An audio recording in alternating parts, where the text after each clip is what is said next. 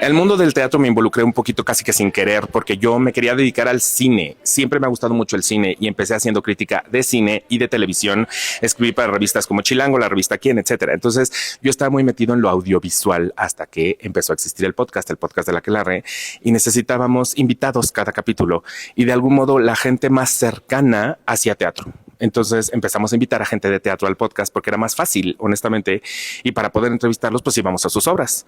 Y hasta que llegó el punto en el que el podcast de La Aquelarre se volvió de teatro. Y de pronto el podcast empecé a escuchar que la gente lo conocía y que la gente lo ubicaba. Y a mí me sorprendía porque yo decía, este es mi hobby, porque, o sea, es chistoso que la gente ubique mi hobby.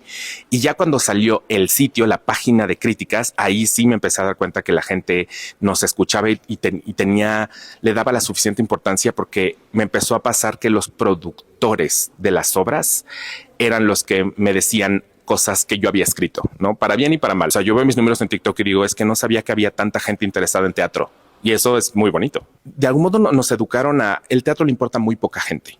Y entonces te imaginas como, sí, me van a ver 50 personas porque somos poca gente, porque el teatro no le importa a tanta gente. Y entonces cuando ves números grandotes dices, ay, pero es que a mí me dijeron que el teatro no era esto. A mí me dijeron que el teatro era mucho más chiquito y era mucho menos interesante para el público en general. Y resulta que no es cierto. Siempre fue un poquito un engaño, una mentira. Solo tenemos que llegar a esa gente a la que le interesa. Es difícil, pero ahí están. Cuando hago mis baby reviews, eso hago. Pongo la cámara y me pongo a hablar así hasta que me aburro, y literal por eso luego duran 45 minutos, porque soy yo hablando todo lo que tengo que decir y no hay preparación alguna. Pero en la mayoría de mis videos hay un guión que me meto a investigar, me meto a un poquito a trabajar la estructura, ¿no? O sea, la idea de cuál sería el primer párrafo, qué es lo que llama la atención en un inicio para que la gente le ponga atención al video de inmediato, y luego cómo lo desarrollo y luego cómo cierro, y todo eso es un guión muy estructurado.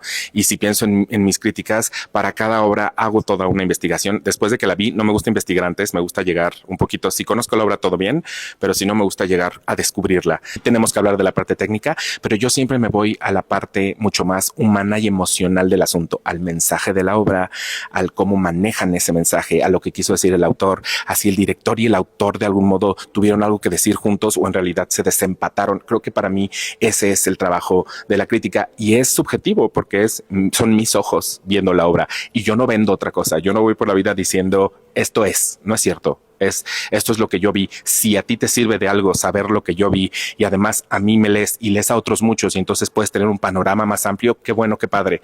Pero no se trata de leerme a mí pensando, como Iván lo dijo, es cierto. No es así, es tan subjetivo como el arte mismo. Me gustaría enseñarle al Iván de chico, y es lo que me gusta enseñarle a la gente en TikTok, el decir, no pasa nada, el teatro te abre las puertas y te da la bienvenida, y puedes ir con lo que traes en el día. No pasa nada si saliste del gimnasio y de ahí te quieres ir al teatro, todo bien, y la gente te va a recibir bien, y sí le vas a entender a la obra. Y hay obras difíciles de entender, como hay películas difíciles de entender, como hay canciones difíciles de entender, pero también hay otras que son súper amigables y que son súper comerciales, o que están viviendo en un in-between, pero que las puedes disfrutar y que nadie ahí además te va a ver como que no perteneces. Eso sí me gustaría decirle.